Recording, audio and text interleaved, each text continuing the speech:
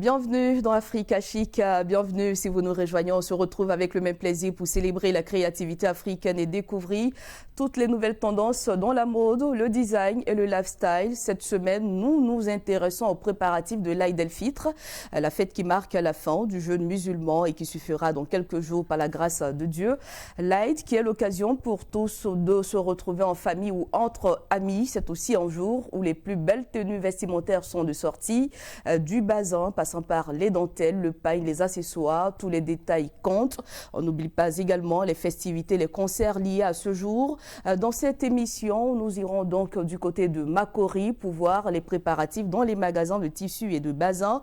Mais avant cela, nous recevons maintenant deux belles dames, l'une férue de mode et l'autre de musique. Avec elles, nous parlerons de la tenue adéquate pour être chic, sobre, beau ou belle. Le jour de la fête, Ami Kamagaté, plus connue sous le nom de Mimika Chicampagne. C'est un plaisir de vous retrouver sur notre plateau. Également avec nous, ma Miss, artiste musicienne mondaine. Merci d'avoir répondu à notre invitation, Tata. Ravi de vous connaître aussi. Merci. C'est pour nous. Alors, plus d'1 milliard de musulmans à travers le monde célèbrent le mois sacré du Ramadan présentement. Au-delà donc du jeûne, il s'agit d'une période de profonde spiritualité, d'introspection et de resserrement des liens avec la communauté. Et nous sommes pratiquement dans le dernier virage de ce mois de Ramadan. Ma Miss, pardon, comment ça se passe de votre côté? En tout cas, ça se passe bien. On a accueilli le Ramadan en croyant que le soleil allait trop briller, mais grâce à Dieu, ça s'est bien passé. En tout cas, on remercie Dieu. On va dire Dieu merci. Mimika, oui. C'est bientôt la fin. Oui. Alors ça n'a pas dit que non, on aime. Parce que vraiment, à la fin du Ramadan, en tout cas, ça se passe bien avec la clientèle. On a des commandes, en tout cas pour la fête. Donc ça se passe très bien. Et vous intervenez le jour de la fête? Voilà, le jour de la fête, c'est là on fait sortir vraiment les belles tenues. On confectionne. Ok, alors donc au terme de ce jeûne où tous abordent de nouvelles tenues selon les différents moyens, nous, nos équipes, ont fait une incursion dans un magasin de vente de bazin. Je vous propose de voir ce reportage signé Thomas Eouman et Joseph Zécré. Bousculade, cris, nul ne veut manquer l'occasion de se procurer un tissu. Nous sommes en plein cœur des préparatifs de la fête de l'Aïd el-Fitr. Une célébration marquant la fin du mois sacré de Ramadan. Un jour de fête où chacun veut se procurer de beaux habits et bien se parfumer. Je suis ici pour la fête de Ramadan qui est peut-être à une semaine. Donc je suis là pour faire les achats. Je collectionne mes bazins ici. Et moi-même je fais monter ça. Et je fais des tendances de bazin. Porter un habit neuf le jour de la fête est le souci de tout le monde, pas que les femmes et les enfants. Les hommes aussi savent faire car chacun doit s'habiller selon son goût. La tenue, le bazin, c'est d'abord la tradition. Une tradition qui est alliée à la religion. Donc je pense bien pour le musulman de pouvoir, ça sera d'ailleurs plus considéré de porter du bazin avec un grand boubou. Dieu merci, alhamdoulilah, les bazins sont très importants surtout pour la sape. Moi, en tout cas, j'aime le bazin Berlin. Cette année, je vais porter le bazin Berlin, le rouge. Le bazin, ce tissu qui revient sur toutes les lèvres, est la spécialité de ce magasin. À l'occasion de cette fête, les propriétaires ont mis en place toute une stratégie de marketing pour attirer le plus grand nombre de clients. Et nous avons ajouté un plus même cette année, c'est-à-dire chaque week-end, c'est-à-dire vendredi, samedi, dimanche, tous nos bazins, nous avons initié une vente flash où tous nos bazins, que ce soit 15 000, 10 000, 12 000, passe à 5 000 francs. Une heure de temps seulement et le magasin était bondé de clients et les gens ont profité au maximum. Les bazins sont plus convoités dans ces périodes-là. Voilà, Ramadan, Tabaski, les bazins. Les Ivoiriens aiment beaucoup les bazins. À noter que les habits de fête sont pour beaucoup non seulement une manière de garnir leur garde-robe, mais aussi et surtout ils confèrent de la considération, du respect et une stratégie sociale.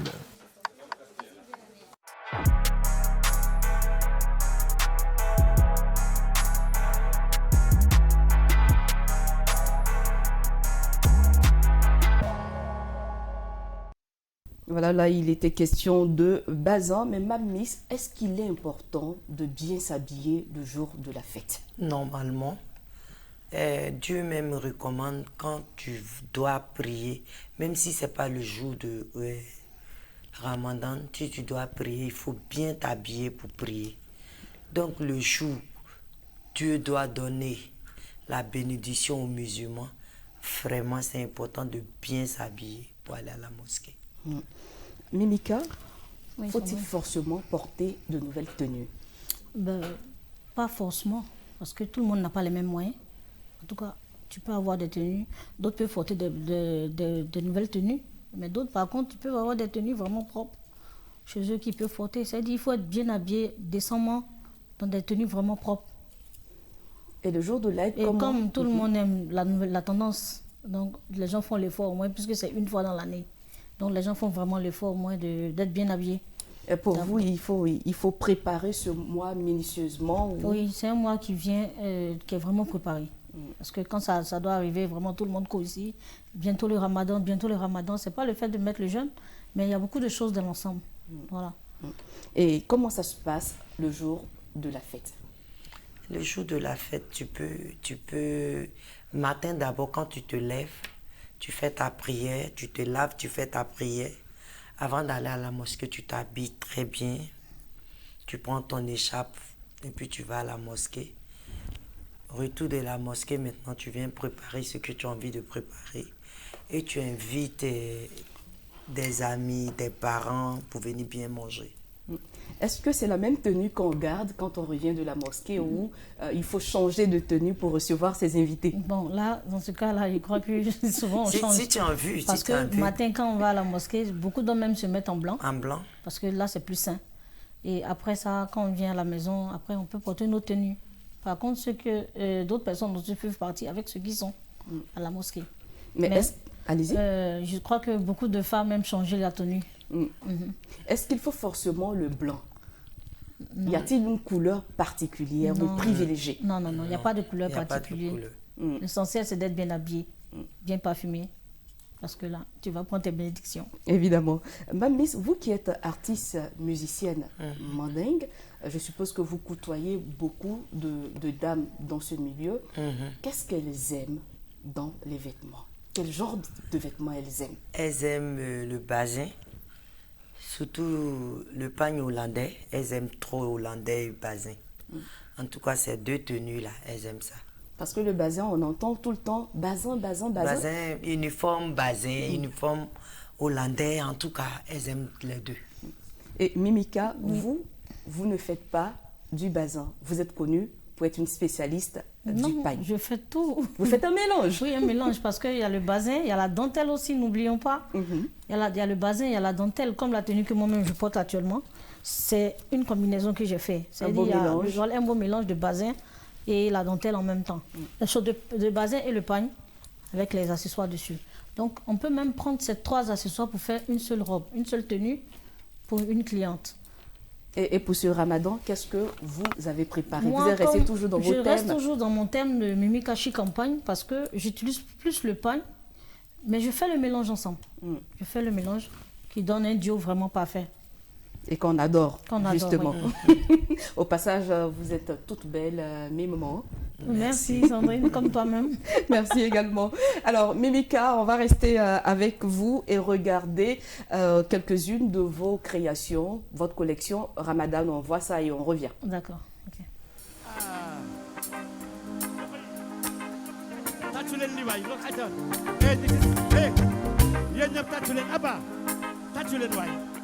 ñi nekk ci salle bi technicien et caméraman yëpp aba diriger le tàccu yooyu foofu barewu leen waaye nag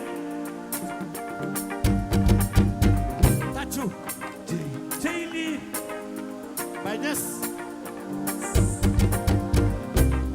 ñi ngay sàmmi yow sa bëggeel da ngay moytu ñi lay fexeel du ñu dem du dul waxi nobel di la jéem a jaar ci feneen essaie de courir tant que de tourner daw bul faat bëggeel te dañu koy aar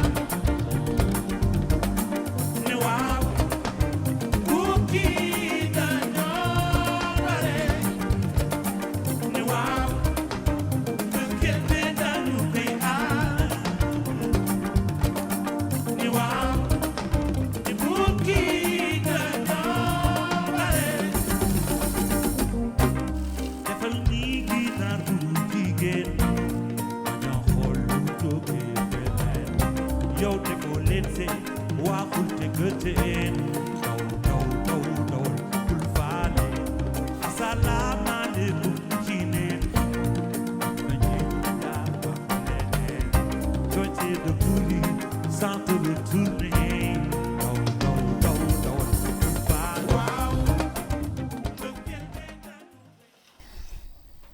Voilà, collection signée Mimika Chic en pagne. Vous allez nous parler de cette collection. Ok, la collection du mois de Ramadan, c'est une collection, je peux dire duo.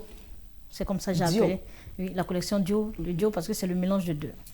Donc vous avez vu tout à l'heure, le pagne mélangé avec le bazin.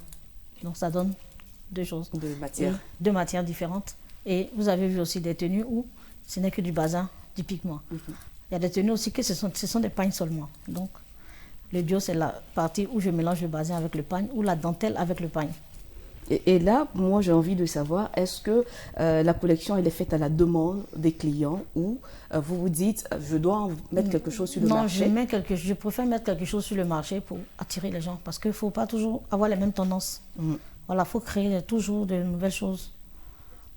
Et la plupart des robes que nous avons vues, c'était des grands Dakar ou des robes simples? Oui, il y a des grands Dakar, il y a des robes simples et puis il y a des grands boubous. Mamie, dans votre milieu, quel genre de robe est apprécié, pour ne pas dire de vêtements est apprécié par les dames? Les robes bien amples parce que robe bien ample, c'est taille sandale, ça rentre à tout le monde. Quand c'est bien ample, moi j'adore ça. Mon milieu aussi c'est pareil. Parce que nous, on n'a pas la taille, la forme fine, on est grosse, donc là, du coup, il faut... Non, vous n'êtes pas grosse, vous avez la forme de la femme africaine. Justement, donc il faut les trucs bien amples. En tout cas, moi, j'adore quand Mimika me fait des robes bien amples, bien chic. En tout cas, j'adore ça. Et justement, ça se voit que vous adorez. Et justement, durant tout ce mois de jeûne, comment on doit s'habiller pour ne pas choquer les gens et pour rester dans la droite ligne? Normalement, tu dois bien t'habiller. Prends ton écharpe, que je n'ai pas oublié du tout. Tu mets ton foulard, pas de mèche du tout. Tu t'habilles parfaitement. Tout ton corps est fermé. En un mot, on s'habille décemment. Décemment, en fait. Vous voulez ajouter quelque chose? Oui, c'est ça, c'est ce que je voulais dire. J'ai dit qu'il faut t'habiller décemment. J'ai dit cacher les parties pour ne pas attirer le regard des gens. Voilà. Mamie, je reste avec vous. Hein. C'est vrai, dans cette période, il ne s'agit pas seulement que de s'habiller. Il y a des festivités, il y a des concerts, il y a beaucoup d'activités. Vous, en tant qu'artiste, vous vous êtes fait connaître ici avec votre titre Sabari. Sabari qui veut dire Pardon. Et aujourd'hui, vous êtes une figure qui n'est plus à présenter. Est-ce que pour ce jour ou dans cette mouvance de la fête, vous préparez quelque chose? Si, on a préparé un concert pour les musulmans, pas seulement que les musulmans, tous les Ivoiriens, tout le monde. On a prévu un concert le 14 mai. Je suis avec une de mes collègues qui est Diamant Noir. Mandé Ivoire a prévu quelque chose pour nous. Le 14 au musée d'Aboubou, Inch'Allah, ça se passe là-bas. C'est pour la fête de Ramadan. On est toujours 14, c'est vrai que la fête, c'est toujours le mois, certainement. C'est tout le mois, même le mois de mai, c'est tout le mois. Tout le mois de mai. Mimika, quel genre de modèle est le plus demandé chez vous? Bon, pour la fête, parce que comme il y a deux fêtes, pour la fête de Ramadan, beaucoup utilisent plus le pagne ou la dentelle. Le bazin est commandé, mais pas trop comme comme le pagne. Voilà. Peut-être que pour la prochaine fête de la Tabaski, c'est là tout le monde vraiment utilise plus le bazin. Et les gens ont tendance à dire que les fêtes de Ramadan ou de la Tabaski, ce sont des fêtes pour les femmes. Est-ce que c'est vrai? Non, c'est pas les femmes et les enfants. C'est des fêtes pour les musulmans parce que les hommes ne sont pas comme nous. Même quand tu es à la maison, tu vois, l'homme, il n'a pas beaucoup d'habits comme toi. Parce que les femmes, on aime être toujours belles et avoir toujours de nouvelles choses. Et les enfants aussi, c'est pareil. Sinon, l'homme, bon, ils s'en foutent un peu. Hein. Eux, ce qu'ils trouvent, ils portent, c'est tout. Sinon... l'homme ne s'en fout pas un peu trop, hein, je ne vous suis pas, parce que dans le reportage qu'on a vu, Mme Miss, vous avez vu, il y a des hommes qui ont dit, moi je porte tel genre de bazin cette année. Oui, parce qu'il y a des hommes, eux, c'est leur tenue même traditionnelle, parce qu'il y a des hommes musulmans, du 1er au 31 sont toujours en bazin. Justement. Eux, c'est leur tenue. Donc, c'est cette catégorie d'hommes, eux, ils arrivent à porter le bazin sans problème. Mais il y a une autre catégorie, eux, vraiment, c'est pas trop ça. D'autres préfèrent le tissu. Le tissu, là, on coud ça comme c'est les mêmes coutures qu'on fait, brodé, tout. Eux, ils préfèrent porter ça aussi. Mme Miss, est-ce qu'il faut forcément s'habiller en tenue traditionnelle ce jour-là? Oui. Pourquoi? Parce que c'est la fête de Ramadan. Forcément, il faut que tu t'habilles en tenue, en bazin en tout cas. Il faut même si les non-musulmans la portent bazin le jour. Parce que voilà, on parle du bazin parce que le bazin est toujours lié à l'islam, je pense, aux musulmans. Chez nous. Parce que ce sont les musulmans, chez nous, je pense, chez nous. Voilà, c'est nous qui aimons plus le bazin que les autres traditions. Donc, comme on dit, chaque coutume ou bien chaque tradition a son habillement. Les Akans, par exemple, c'est une autre tenue carrément, comme les pagnes traditionnelles de chez eux. Et nous, chez nous, c'est le bazin qui prime d'abord. C'est vrai que c'est le bazin qui est prisé par tout le monde, mais on a des tissus locaux également en dehors du bazin, parce que, le pain tissé, vous l'avez dit, pourquoi ne pas essayer une collection? Si, en fait, je fais ça aussi souvent. Je prends le pain tissé, par exemple, le pain burkinabé, le pain baoulé. Mais pas pour la fête? Non, même pour la fête. C'est ça, je t'ai dit, c'est un duo. Parce qu'on prend là et on prend l'autre, on mélange. On peut prendre même la tenue traditionnelle burkinabé, par exemple, et faire le mélange avec le bazin. Et ça sort très bien. La tenue baoulé aussi, mélangée avec le pagne, ça sort encore très bien. Ou avec le bazin. Je suppose que Mme Miss, vous êtes dans des associations de dames et par moment vous avez des cérémonies. Est-ce qu'il vous arrive de porter d'autres tenues qui ne sont pas forcément ce qu'on a l'habitude de voir, c'est-à-dire la dentelle que vous portez ce matin, le pagne et le bazin? Oui. Plusieurs fois on le fait. Les dentelles et puis pas seulement que de bazin, pagne. Souvent, les tenues baoulées, là, on le porte aussi. Parce que moi, mon mari, il a un côté baoulé, il vient de Mayakourou. Donc, moi, souvent, je m'habille en tenue baoulée pour faire plaisir aux baoulés, mais mes beaux-parents aussi. Donc, souvent, le tissu, même moi, on m'a mis ça. En tout cas, je porte trop de tissu. C'est plus léger. C'est léger parce qu'il fait très, très chaud. Quand tu portes de tissu, tu mets un peu de dentelle dessus. Ce matin, je suis habillée comme ça. Et c'est plus relax. Justement. Mimika, quelle est votre histoire avec le pagne? À quel moment il a démarré? L'histoire du pagne, c'est un amour vraiment. Il y a très longtemps, depuis la classe, depuis que je partais encore à l'école, j'avais même voulu arrêter les études pour pouvoir me concentrer sur les pagnes. Et Dieu merci, avec l'encadrement de mes frères et mon père, ils m'ont dit non, tu continues tes études et après, tu vas rentrer dans cette histoire de mode. Et Dieu merci, ça s'est très bien passé. J'ai fait mes études. J'ai eu le bac +2 en communication, marketing communication. Et après, maintenant, aujourd'hui, j'ai travaillé dans plusieurs sociétés, mais je n'ai pas laissé mon petit. La passion. Ma passion, parce que vraiment, c'est une passion pour moi, parce que je le fais avec vraiment beaucoup d'amour. Parce que vraiment, j'adore voir les gens bien habillés. Moi-même, j'aime m'habiller. Donc, ça fait que c'est vraiment un plaisir pour moi de le faire, quoi. À quel moment vous vous êtes dit, je dois abandonner ce que je fais comme travail pour me consacrer à la mode? Ça fait combien d'années, justement? Vous n'avez pas abandonné? Non, je n'ai pas abandonné mon travail, mais je trouve le temps. Comme je travaille pour moi-même, donc j'ai du temps à pouvoir gérer les deux. Alors, si vous devriez conseiller un style vestimentaire à une dame le jour de la fête, ça serait quoi? Bon, une tenue descendante en tout cas. Que ça soit bazin ou pagne, je préfère que ça soit décent. Oui.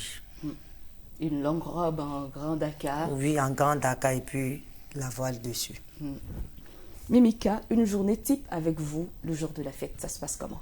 Bon, le jour de la fête, comme tout bon musulman, le matin on se lève, on fait la prière d'abord avant de sortir et on va à la mosquée. Là, à la maison, déjà, tu fais tes vœux, tout ça. et tu vas à la mosquée le jour de la fête pour aller demander à Dieu pour qu'il puisse nous bénir. Et après ça, quand on retourne, on vient faire la cuisine. On invite des parents, des amis qui viennent aussi pour qu'on puisse partager cette joie. Il est vrai qu'on a parlé de musique, de vêtements, mais on a oublié un détail important, surtout chez les femmes, les accessoires. Oui. Quelle est la place des accessoires dans vos vies, mesdames? Oui, parce que là, on voit les coups qui sont bien chargés et très beau, hein, agréable à voir. Ça fait partie, comme j'ai dit tout à l'heure, quand on habille, ça va de la tête jusqu'aux pieds. C'est-à-dire, les accessoires viennent encore embellir les vêtements. En Côte d'Ivoire, on dit les femmes doula, les femmes mandingues, voilà, adorent les gros bijoux. Est-ce que c'est vrai, ma miss? Oui, c'est vrai. Pourquoi on te donne de l'argent aujourd'hui? Là, il faut avoir des gros bijoux sur ta poitrine. Si on te donne de l'argent, tu ne fais rien avec. Elles vont se dire quoi? On lui donne de l'argent, mais elle n'arrive même pas à s'habiller bien. Ça, c'est pour les artistes ou toutes les femmes? Parce que les bijoux ont une valeur. C'est pas parce que c'est des gros bijoux, simplement. C'est de l'or déjà. Et l'or, tout le monde sait que c'est une valeur vraiment. Donc quand tu portes ça, ça te met vraiment en valeur. Est-ce que c'est une manière d'affirmer sa richesse ou juste pour le beau et le chic? Non, le beau et le chic, pas forcément la richesse. Le beau et le chic, et puis pour se faire plaisir. Oui. Tu te fais plaisir, moi, toi-même, tu ne fais pas plaisir à quelqu'un. Moi, franchement, quand je porte mes bijoux, c'est pour me faire plaisir. Oui. Et comment est perçu quelqu'un qui n'arrive pas à porter ce genre de bijoux dans ce milieu-là, le milieu des femmes mandingues, parce qu'il est carrément différent hein, des autres milieux. Nous, on adore les boubous, les grosses coiffes, les bijoux. Et quand une femme n'épouse pas cette idéologie? Bon, ça, on peut dire que c'est... Chacun a sa chance. Voilà, c'est pas tout le monde qui est obligé de porter. On dit la plus belle femme ne donne que ce qu'elle a. Donc, si c'est celle qui n'a pas de bijoux, je crois qu'elle ne doit pas être complexée. Elle va avec ce qu'elle a. Même si c'est en plaqué, d'autres peuvent porter en plaqué, en or, en pacotille même, il y a tout. Donc, chacun sait où il met sa main. Ma miss, vous pouvez sortir de la maison pour aller à l'un de vos concerts sans bijoux? Non. Non. Elle est catégorique. Non, je ne peux pas le faire. Il faut forcément... Mes fans ne vont même pas accepter ça. Non, parce que ça fait partie de l'habillement mandingue. C'est comme si tu demandais à un roi de sortir sans ses bijoux. Non. Tu as vu? Voilà, c'est ça. À côté des bijoux, il y a les sacs à main. Oui. J'adore les sacs à main. Non, elle va dire ça un peu plus fort. J'adore les sacs à main. Alors... J'adore ça, franchement. Tous mes sacs sont en sacs de marque. Les sacs de marque. Et ça a une place importante dans la vie des femmes. Justement. Les gens pensent que quand tu prends le sac à main de marque, c'est parce que tu as de l'argent. Non. Ça dure. Tu prends un sac de marque maintenant, ça peut faire 2 à 3 ans avec toi. Tu vas au marché, tu vas payer un sac comme ça. Si ça dure, peut-être c'est 1 mois. C'est du gâchis. Mais les gens ne pensent pas comme ça. Quand tu prends un sac à main de marque, on pense que tu as de l'argent, un truc comme ça. Et là, quand je prends cette question, je reviens un peu sur l'histoire de l'or. Je crois que c'est la même chose. Parce que tu t'en vas acheter des plaqués à chaque fois à un prix. Ça ne dure pas, ça noircit. C'est pas durable. Donc pourquoi ne pas prendre en même temps ton argent pour acheter de l'or? Parce que l'or, ça ne va pas durer. Et tu as ton argent même, c'est une garantie. C'est une garantie. Mimika Vukastilis, on va terminer rapidement avec vous. Un conseil pour quelqu'un qui doit sortir le jour de l'Aïd. Ok, ce que je peux dire à mes soeurs ou à mes frères, en tout cas, d'abord d'être bien habillé surtout, pour porter tout ce que vous voulez. Parce que pour aller devant Dieu, il faut être vraiment chic. Comme je dis dans mon terme, chic en pagne ou chic en bazin. En tout cas, il faut vraiment être habillé décemment, chic. Et il faut être pur aussi. Parce qu'avant de partir à la mosquée, il faut vraiment prendre ces grandes ablutions pour être vraiment propre ce jour-là. Et après ça, et envoyer vos familles aussi pour pouvoir partager votre repas. Parce que ça, c'est important aussi. Le jour de la fête, les gens n'ont qu'à essayer d'inviter d'autres personnes, les voisins. Même quand tu ne les invites pas chez toi, tu peux faire la nourriture aussi pour leur donner. Même les amis qui ne sont non musulmans. Même les amis non musulmans peuvent venir aussi. Donc, je demande à tout le monde d'être vraiment sur son 31, le jour de la fête de Ramadan. Merci Mimika. Mamie, c'est un mot rapidement pour terminer. Voilà. Je voulais saluer tous les musulmans et des non-musulmans aussi. Que Allah met la baraka dans tout ce qu'on va entreprendre. Que Dieu nous garde longtemps, surtout la paix en Côte d'Ivoire. Mamis, merci mesdames d'être passées sur le plateau d'Africa Chic. C'est un plaisir pour nous de vous recevoir. Et nous disons également merci à tous nos téléspectateurs. Merci de nous avoir suivis. On se retrouve la semaine prochaine pour un autre numéro. D'ici là, portez-vous bien.